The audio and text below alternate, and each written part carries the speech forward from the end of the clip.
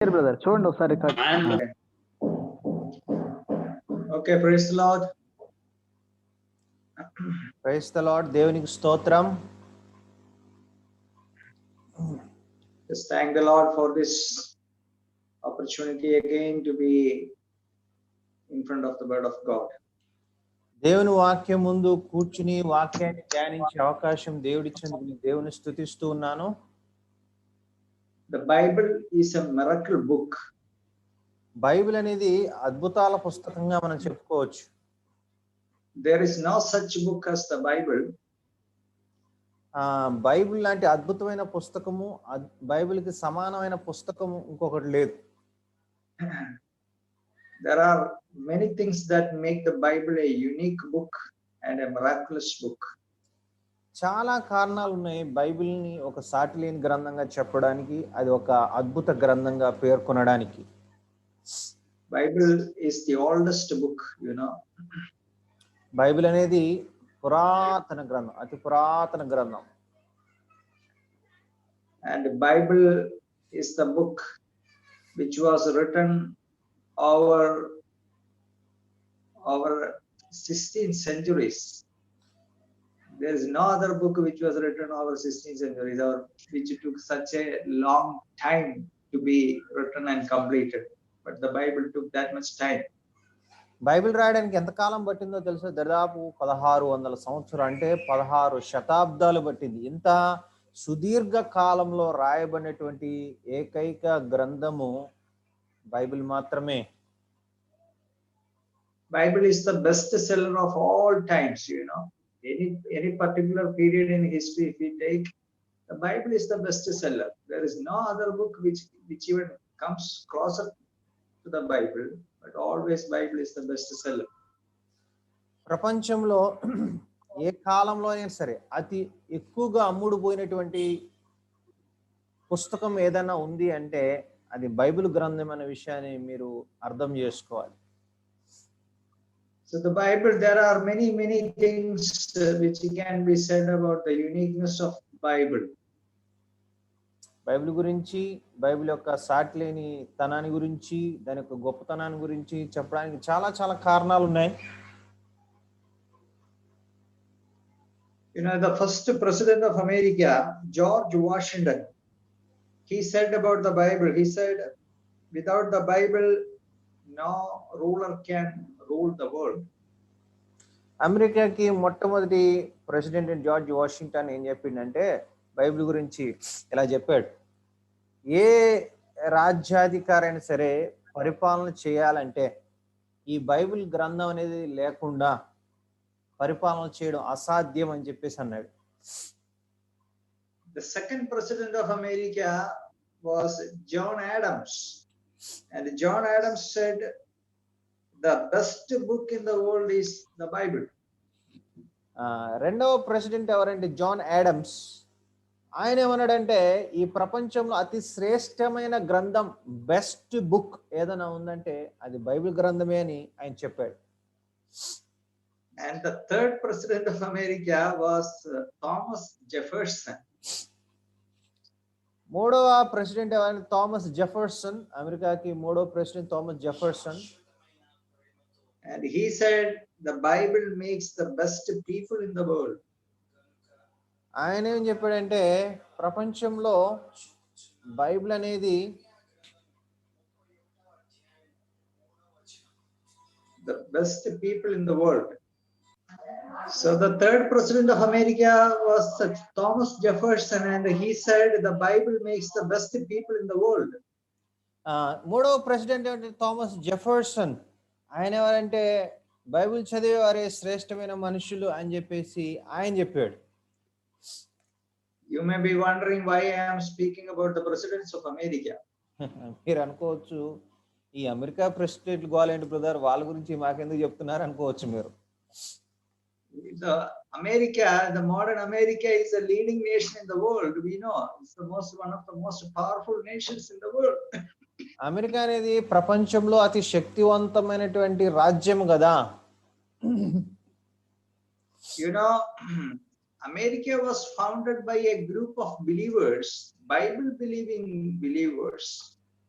America అనేది ఏర్పడింది కొంతమంది బైబిల్ని విశ్వసించే విశ్వాసుల వల్ల అది ఏర్పడిందన్న విషయం మీరు తెలుసుకోవాలి. In the 17th century, a group of believers migrated from England to America.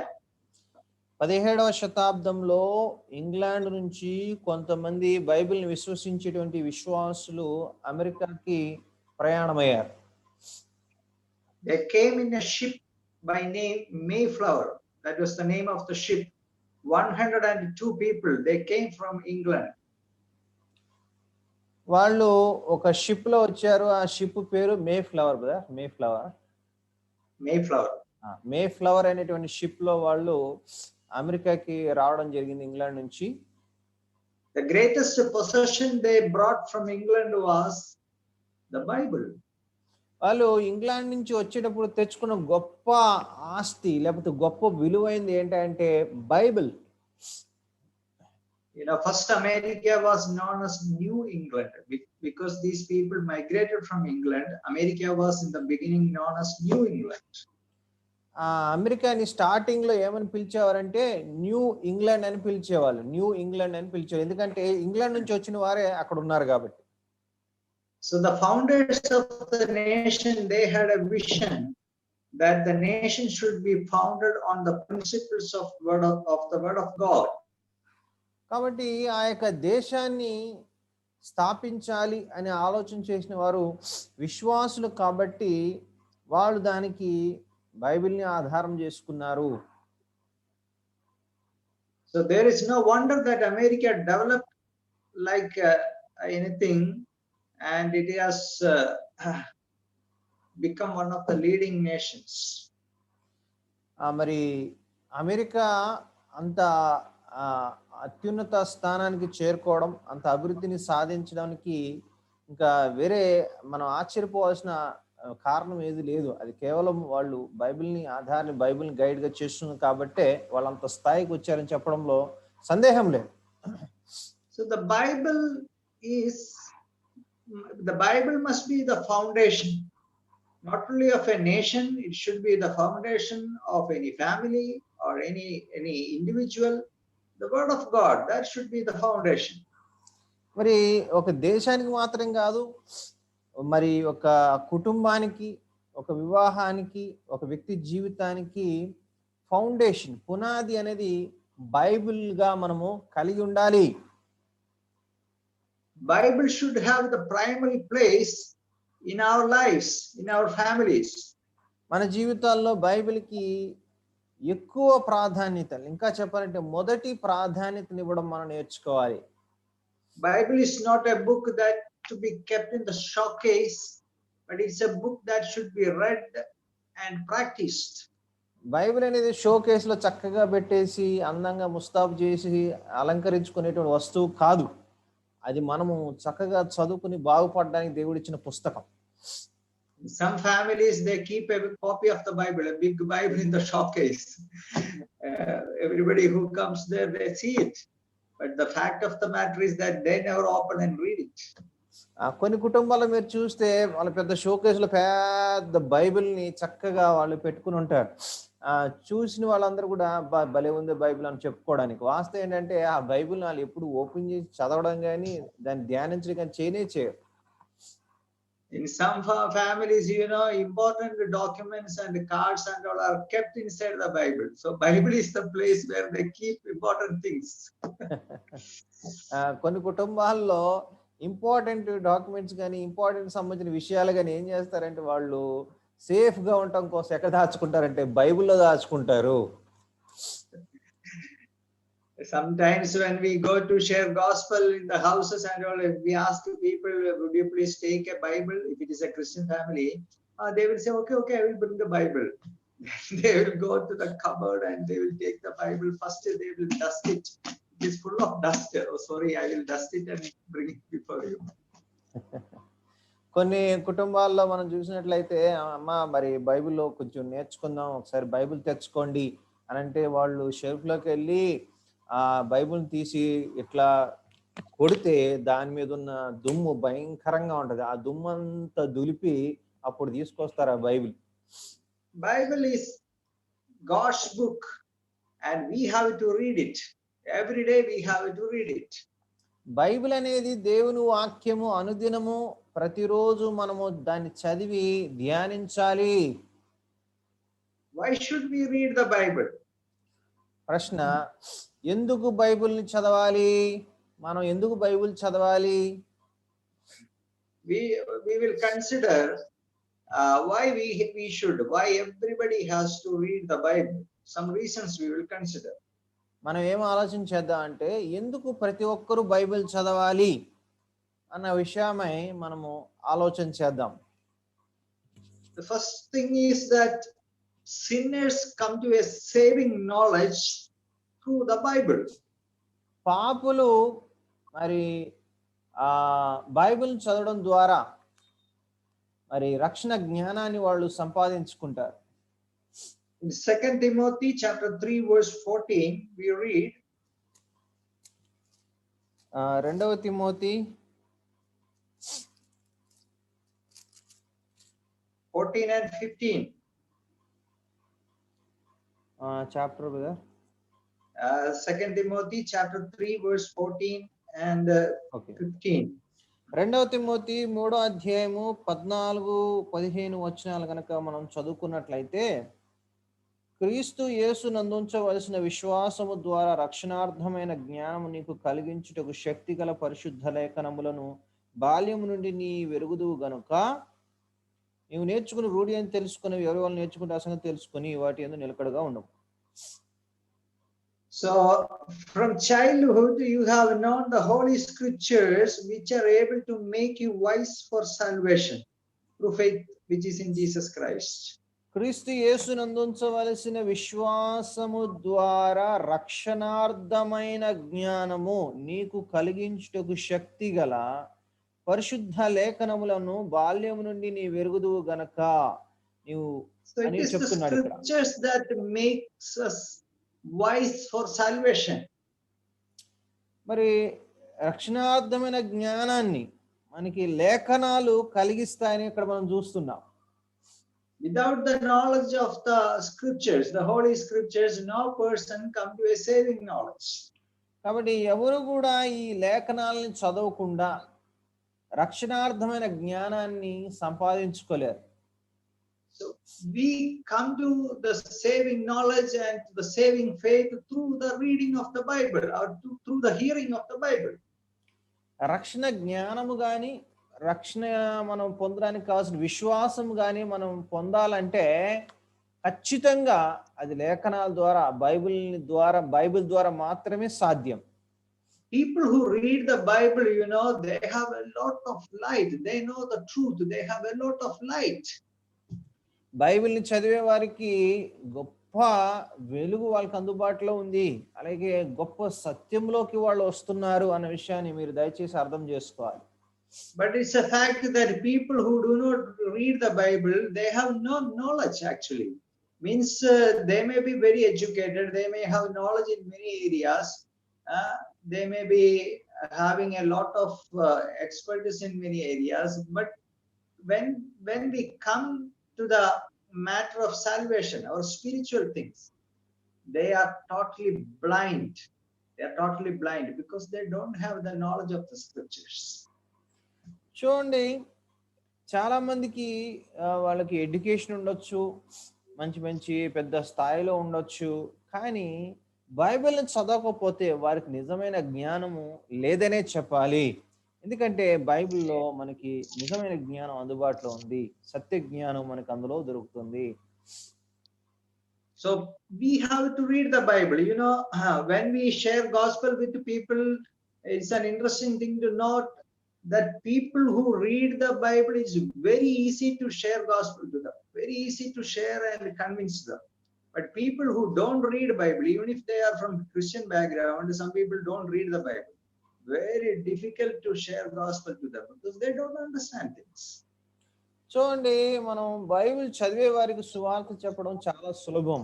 చాలా మంది క్రైస్తవులు అని చెప్పుకుంటారు, కానీ నామకార్థం క్రైస్తవులో ఉంటారు. వాళ్ళు అసలు బైబిల్ చదవరు, మాకంతా తెలుసు అనుకుంటారు. అలాంటి వారికి సువార్త చెప్పడం చాలా కష్టతరం. So through the Bible only we can come to a saving knowledge. For that purpose, we have to read the Bible. Everybody has to read the Bible. Bible ద్వారా మాత్రమే రక్షణ జ్ఞానం అనేది మనకు వస్తుంది. అందు నిమిత్తం ప్రతి ఒక్కరు కూడా బైబిల్ని తప్పనిసరిగా చదవాలి. In the families, there should be a time for scripture reading, for family prayer and reading of the scripture. There should be a time. కుటుంబంలో ప్రార్థన చేసుకోవడానికి, బైబిల్ చదవడానికి కుటుంబ ప్రార్థన అనేది చాలా ప్రాముఖ్యమైనది. So in families where there is a time for scripture reading, for the children in that family, it is very easy for them to come to salvation, because from childhood onwards they are hearing the holy scriptures.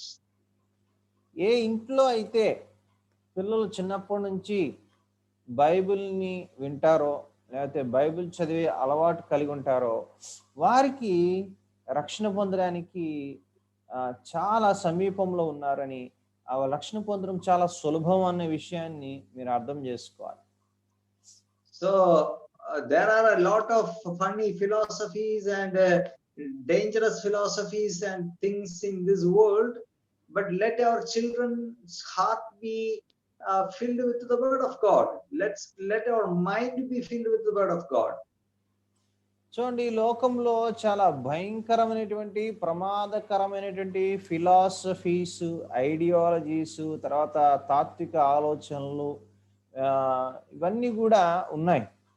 కాబట్టి ఇలాంటి ఇన్ఫ్లుయెన్స్లు మన పిల్లల మీద పడకుండా వాళ్ళు సత్య మార్గంలో నిలవాలి అంటే వాళ్ళకి చిన్నప్పటి నుంచే దేవుని వాక్యమైన బైబిల్ని నేర్పించడం చాలా చాలా అవసరం.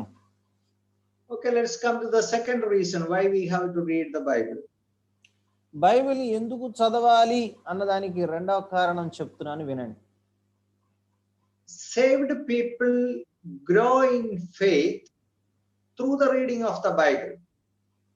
రక్షణ పొందిన వారు ఆత్మీయంగా ఎదగాలి అంటే వాళ్ళు Bible చదవాల్సిందే. Without the scriptures, no person can grow spiritually. దేవుని వాక్యము చదివి ధ్యానించకుండా ఏ ఒక్కరు కూడా స్పిరిచువల్ గా ఎదగడం అనేది అసాధ్యము. In 1 Peter chapter 2 verse 1 and 2, మొదటి పేతురు 2వ అధ్యాయము 1-2 వచనాలు మనం చదివితే we read like this: therefore laying aside all malice, all deceit, hypocrisy, envy, and all evil speaking, as newborn babes desire the pure milk of the word, that you may grow thereby.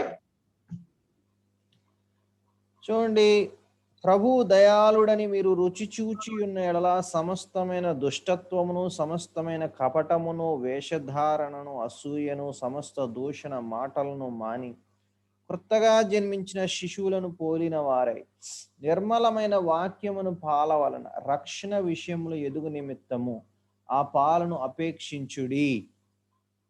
Newborn babes need milk, pure milk. Similarly, if we are born again people, if we have born into the house of God, we need the pure milk of the word. కొత్తగా జన్మించిన శిశువులకి pure milk అనేది అవసరం, స్వచ్ఛమైన పాలు అవసరం. అలాగే ఆత్మీయంగా జన్మించినటువంటి వారికి వాక్యం అనేటువంటి స్వచ్ఛమైన నిర్మలమైన పాలు కూడా అవసరం. Without the reading of the scriptures, without the studying of the scriptures, no person will grow spiritually. దేవుని వాక్యము చదవకుండా, బైబిల్ని ధ్యానించకుండా ఏ వ్యక్తికి కూడా ఆత్మీయంగా ఎదగడం అనేది జరిగే పని కాదు.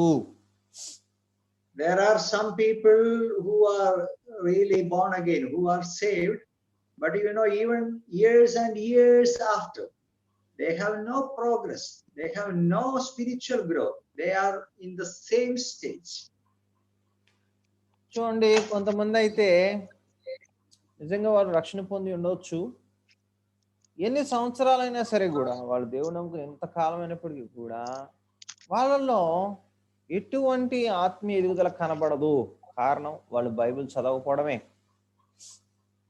And many believers are sick believers. They are not having a healthy spiritual life. The reason is that they are not taking the pure milk of the word. Without the word of God, they cannot become healthy. చూడండి, చాలా మంది believers sick believers గా ఉంటున్నారు, అనారోగ్యంగా ఉంటున్నారు. దీంట్లో ఆత్మీయంగా. ఎందుకు?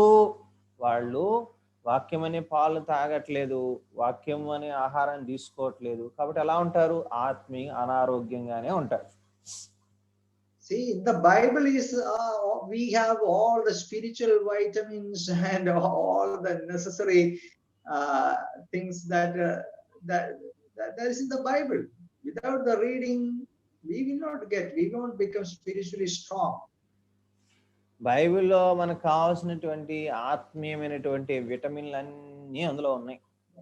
ఈ వైటమిన్స్ మనకి బైబిల్ చదివితేనే దొరుకుతాయి, లేకపోతే అవి దొరకవు. లేకపోతే మీరు ఆత్మీయంగా ఎదగలేరు.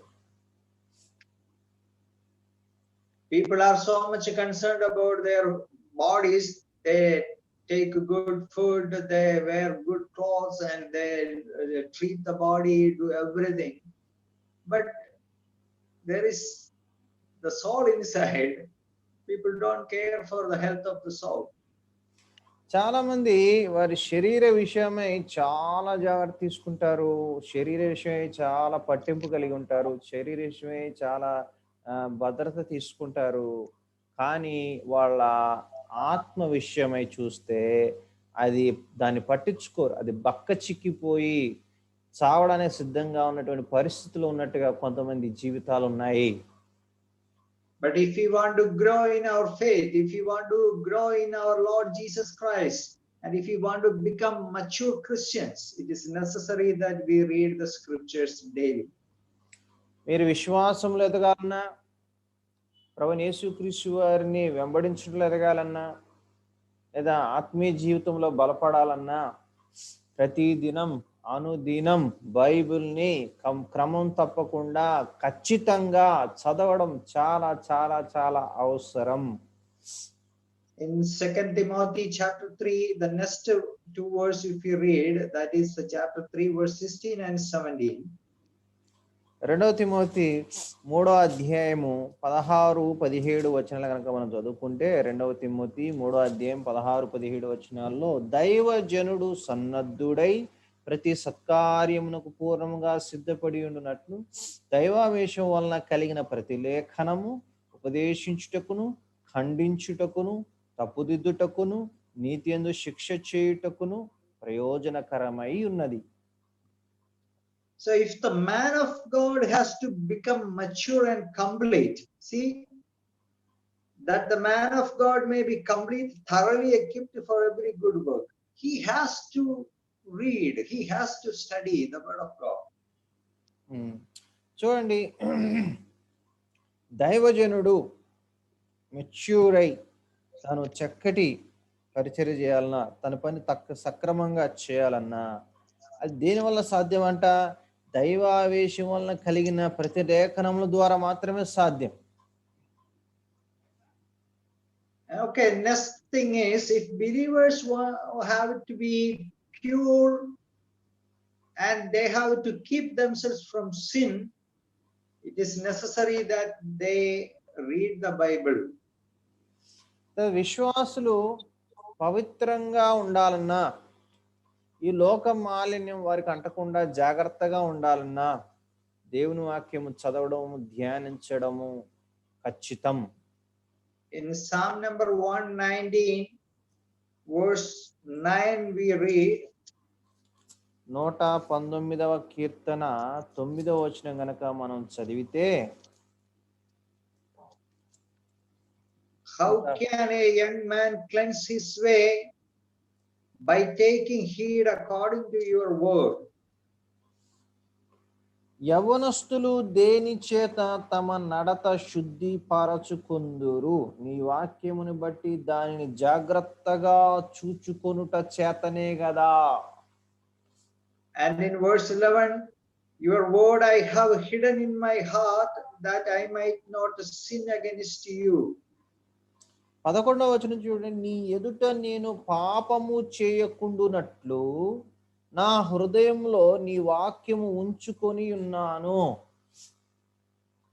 If we have to escape from the temptations of the devil, from the deceptions of the devil and this evil world system, we need to read the Bible, and we have to take in the scriptures. We have to keep it in our heart. కాబట్టి ఈ లోకంలో మనకున్నటువంటి శోధనల్ని మనం తప్పించుకోవాలన్నా, ఈ లోకంలో ఉన్నటువంటి అవరోధాలని మనం అధిగమించి ముందుకు సాగాలన్నా, మనకి ఖచ్చితంగా దేవుని వాక్యము చదివితేనే తప్ప, ధ్యానిస్తేనే తప్ప, ఆ వాక్యంలో నిల్చుంటేనే తప్ప మనం ముందుకు సాగలేము.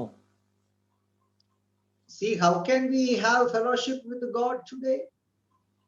ఈరోజు దేవునితో మనం సహవాసాన్ని ఎలా కలిగి ఉంటాం? Without the word of God, nobody can have fellowship with God today. దేవుని వాక్యము చదవకుండా దేవునితో సహవాసము కలిగి ఉండుట జరిగే పని కాదు. God is talking to us through the Bible today. దేవుడు మనతో మాట్లాడేది వాక్యము ద్వారా. He is teaching us, he is correcting us, he is guiding us, he is consoling us. Everything is through the Bible. Bible ద్వారా సరిదిద్దుతున్నాడు, Bible ద్వారా నడిపిస్తున్నాడు, Bible ద్వారా ఆలోచన చెప్తున్నాడు, బైబిల్ ద్వారా మనల్ని ఆత్మీయంగా పెంచుతున్నాడు దేవుడు. If we are in fellowship with God, then we will be able to escape from the wiles of the devil. Otherwise, we may become easy prey to the temptations of the devil. దేవుని వాక్యాన్ని జాగ్రత్తగా చదివితే సైతాను తంత్రాలను మనం అర్థం చేసుకోగలుగుతాము. అంత మాత్రం కాదు, వాడి యొక్క శోధనల్ని మనం పసిగట్టి తప్పించుకోగలుగుతాం. This is a fact, not only for young believers, for all the believers, even for all those who are teaching the Bible, those who are preaching the Bible. We have to read the Bible and meditate the Bible and hide the scriptures in our heart. Otherwise, there is always the danger that we may fall into sin. మరి వాక్యము చదివేటువంటి వారు మాత్రం కాదు, వాక్యాన్ని బోధించేటువంటి వారు కూడా ఖచ్చితంగా బైబిల్ చదివే విషయంలో శ్రద్ధ వహించాలి. బైబిల్ చదివితేనే తప్ప, బైబిల్ ధ్యానిస్తేనే తప్ప మరి మనం జాగ్రత్తగా ఉండలేం, లోకంలో జ్ఞానంగా నడుచుకోలేం, ఆత్మీయంగా మనం ఎదగలేం. కాబట్టి ప్రతి ఒక్కరు, బోధించేవారు కావచ్చు, విశ్వాసులు కావచ్చు, అందరూ బైబిల్ విషయమై జాగ్రత్త కలిగి చక్కగా చదివి ధ్యానించాలి. I think it was D.L. Moody who said that either this book will keep you from sin or sin will keep you from this book. Yeah, I think John Wesley. So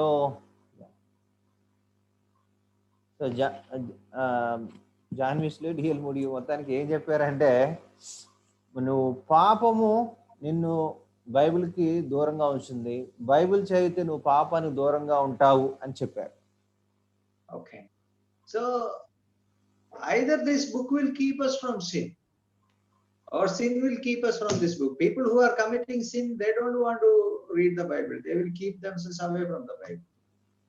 కాబట్టి Bible చదివితే పాపానికి దూరంగా ఉంటాం, Bible చదవకపోతే పాపానికి దగ్గరగా ఉంటాం. ఈ రెండిట్లో ఏదో ఒకటి జరగాల్సింది. But if we have a regular intake of the scriptures, then this verse which we read from Psalm 119 verse 11, it says that it will keep us from sin. Your word I have hidden in my heart that I might not sin against you. చూడండి, నీ ఎదుట నేను పాపము చేయకుండానట్లు నా హృదయంలో నీ వాక్యం ఉంచుకుని ఉన్నాను అని 11వ వచనంలో మనం చూస్తున్నాం. 119వ కీర్తన. Actually, Psalm number 119 is about the scriptures. 119వ కీర్తన అసలు దేని గురించి రాయబడిందో తెలుసా? మొత్తం వాక్యమును వర్ణిస్తూ వాక్యం యొక్క గొప్పతనాన్ని చాటి చెప్పేటువంటి కీర్తన 119వ కీర్తన. It's the biggest psalm, so usually some people skip it. Don't skip it. Every verse is about the word of God. 119వ కీర్తన అమ్ము చాలా పెద్దదిరా బాబు అని చెప్పేసి చాలా మంది అని స్కిప్ చేసి పక్కకు వదిలేసి వెళ్ళిపోతూ ఉంటారు. అది పెద్ద మిస్టేక్ మీరు చేసేది. 119వ కీర్తన అద్భుతమైన కీర్తన. ప్రతి మాట విలువైంది. ప్రతి మాటలో బైబిల్ యొక్క వర్ణన అందులో ఉంటుంది. ఖచ్చితంగా చదవండి. Okay, just one more benefit of reading the scriptures we will consider. That is to stand firm in the trials of life. We should read the Bible. అయితే 5వ బెనిఫిట్ మనం చూద్దాం. బైబిల్ని ఎందుకు చదవాలి అన్న దానికి సంబంధించి మరొక కారణం బెనిఫిట్ ఏంటంటే, బైబిల్ని చదవడం ద్వారా ఈ లోకంలో వచ్చేటువంటి శ్రమల్ని, బాధల్ని, కష్టాలని వాటన్నిటిలో కూడా మనము చెదిరిపోకుండా, కృంగిపోకుండా ధైర్యంగా నిలబడడానికి కావాల్సిన శక్తిని బైబిల్ చదవడం ద్వారా పొందుకుంటాం. There will be great trials in life. There can be big storms in life. Then usually people be shaken. But if we read the Bible, if our life is founded on the scriptures, then we will be able to stand firm. కానీ మన జీవితంలో కొన్నిసార్లు తుఫాన్లు వస్తూ ఉంటాయి. కష్టాలనే తుఫాన్లు, ఊహించని శ్రమలు ఎదురవుతూ ఉంటాయి. కొన్ని శోధనలు మనకు వస్తూ ఉంటాయి. నష్టాలు జరుగుతూ ఉంటాయి. అనుకున్నది జరగదు. అలాంటి పరిస్థితుల్లో మనల్ని నిలబెట్టేది, మనల్ని బలపరిచేది, మనం ముందుకు సాగడానికి సహాయపడేది, మనల్ని ఆదరించేది కేవలము దేవుని వాక్యమే. In Matthew chapter 7 verses 24 to 27 we read what Jesus said. మత్తయి సువార్త మనం వెళ్ళినట్లయితే మత్తయి సువార్త chapter 7 24 to 27. 7వ అధ్యాయము 24 నుంచి 27 వరకు చదువుకున్న మత్తయి సువార్త 7వ అధ్యాయము 24 నుంచి 27 వరకు చదువుకుందాం. కాబట్టి ఈ నా మాటలు విని వాటి చెప్పున చేయు ప్రతివాడును బండ మీద తన ఇల్లు కట్టుకునిన బుద్ధిమంతుని పోలియుండును. వాన కురిసెను, వరదలు వచ్చెను, గాలి విసిరి ఆ ఇంటి మీద కొట్టెను, గాని దాని పునాది బండ మీద వేయబడెను గనుక అది పడలేదు. మరియు ఈ నా మాటలు విని వాటి చొప్పున చేయని ప్రతి వాడు ఇసుక మీద తన ఇల్లు కట్టుకొనిన బుద్ధిహీనుని పోలియుండును. వాన కురిసెను, వరదలు వచ్చెను, గాలి విసిరి ఆ ఇంటి మీద కొట్టెను, అప్పుడు అది కూలబడెను, దాని పాటు గొప్పదని చెప్పాను. So who is the wise person? The wise person is the one who hears the word of God, the sayings of mine. Jesus said, therefore whoever hears these sayings of mine and does them, I will liken him to a wise man who built his house on the rock. బుద్ధిమంతుడు ఎవరు? తెలివైన వాడు ఎవడు? యేసయ్య మాటలు విని దాని ప్రకారము చేసేవాడు. వాడు దేంతో సమానం అంటే బండ మీద ఇల్లు కట్టుకున్న వాడితో సమానం. Our life should be founded on the rock, the word of God. Then it won't shake, even if there is heavy rain and heavy wind or the floods. Life will be safe. చూడండి, ఎవరైతే బండ మీద ఇల్లు కట్టుకుంటారో, వాన రానివ్వండి, వరదలు రానివ్వండి, ఏమన్నా కానివ్వండి, వాళ్ళ ఇల్లు ఏమాత్రము షేక్ కాదు, కంపించదు, తద్వారా ఏ కీడు జరగదు. If we are basing our life on human ideas and ideologies and philosophies, then when the trials of life come, people won't be able to stand. They will fall.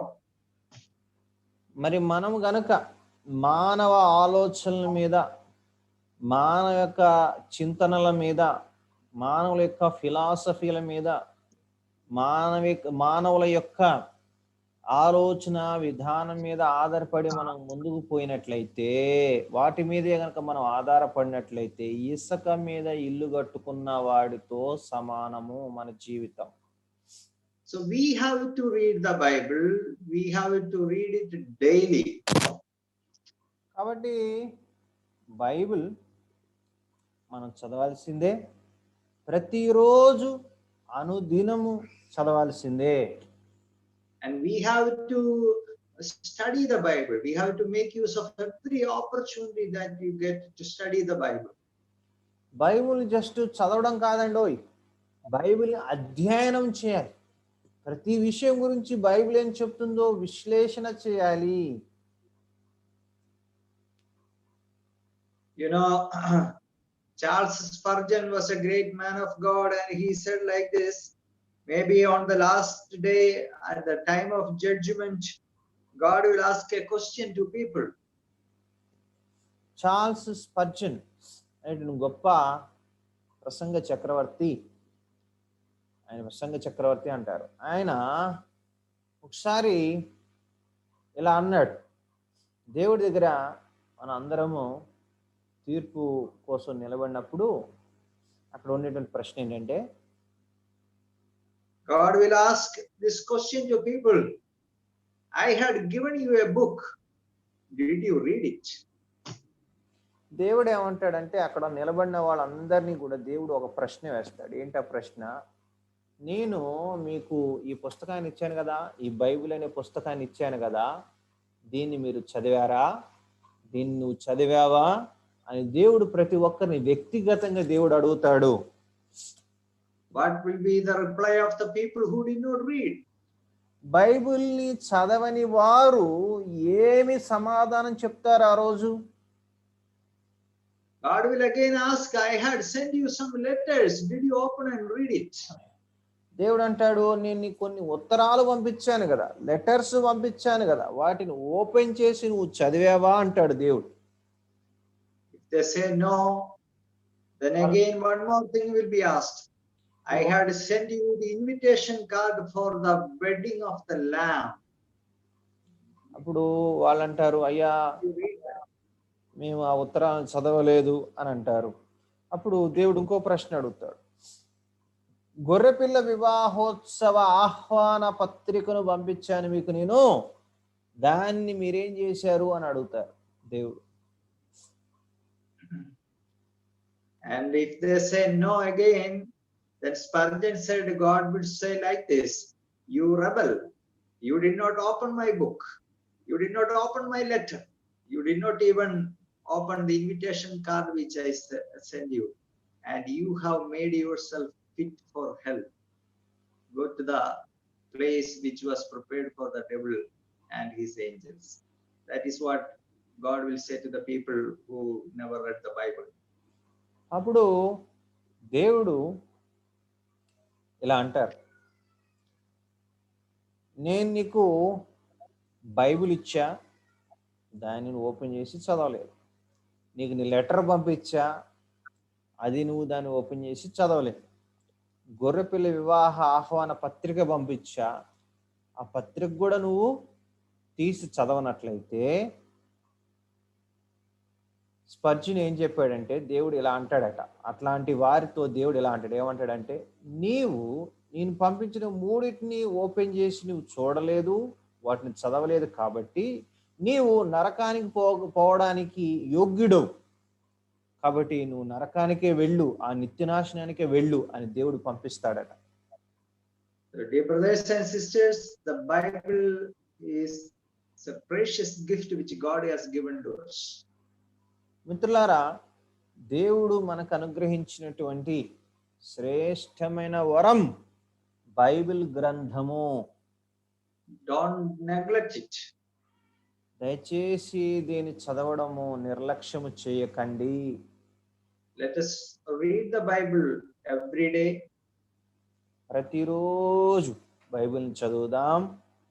Let us study the Bible as we get opportunity to study. Bible చదవడం మాత్రమే కాదు, అధ్యయనం చేద్దాం, study చేద్దాం. And let us grow in our faith and become mature Christians. మన విశ్వాసంలో ఎదిగి పరిపక్వత సాధించిన విశ్వాసులముగా ఎదుగుదాం. Let us bear fruit for the Lord, so that we will be kept safe in this world. ఈ లోకంలో ప్రభు కొరకు ఫలించుదాం. అలాగే ఈ లోకంలో వాక్యము చేత మనము భద్రపరచబడదాం. May the Lord bless us with these words. ఈ శ్రేష్టమైన బైబిల్ గూర్చిన అధ్యయనం సంబంధించిన మాటల ద్వారా ప్రభు మనల్ని ఆశీర్వదించునుగాక. ప్రభు నామము మహింపరచబడునుగాక. ఆమేన్. All glory to God alone.